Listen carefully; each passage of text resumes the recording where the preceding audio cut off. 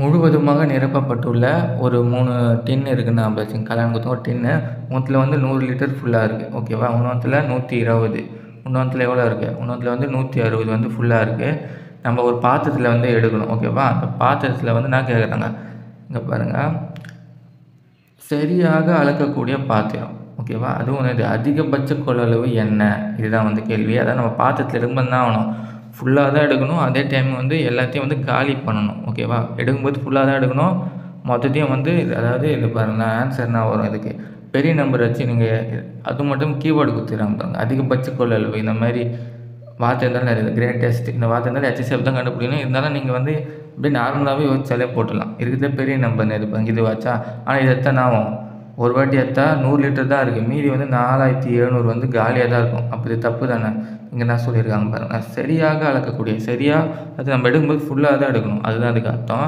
அப்போ அதுக்கு அர்த்த பெரிய நம்பர் எது, 40. 40 எத்தனை ஆகும்னு பார்த்தீங்கன்னா 40 40 80, மீதி நேரு 20 லிட்டர் இருக்கும். அதை நீங்கள் 40 எத்தனை ஆகும், இங்கே வந்து 20 தான் ஃபில் ஆகும், மீதி 20 காலியாக இருக்கும்ல. அந்த மாதிரி எடுக்கக்கூடாது. ஏன்னா அதான் இங்கே சொல்லியிருக்காங்க சரியாக அளக்கக்கூடிய.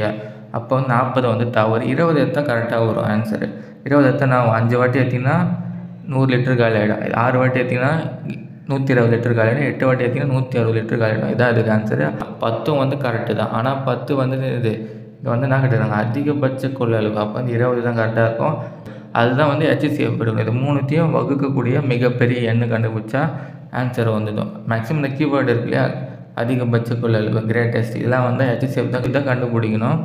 LCM வந்து என்ன கொடுத்துருப்பாங்கண்ணா, LCM தான் வந்து இந்த நபர்கள் பற்றி கேட்டிருந்தா நான் கொடுப்பாங்க. 3 பேர் எப்போ மீட் பண்ணுவாங்க அந்த மாதிரி வந்து கேட்பாங்க. எப்போ சந்திப்பாங்க அந்த கீவேர்டு இருக்கும்.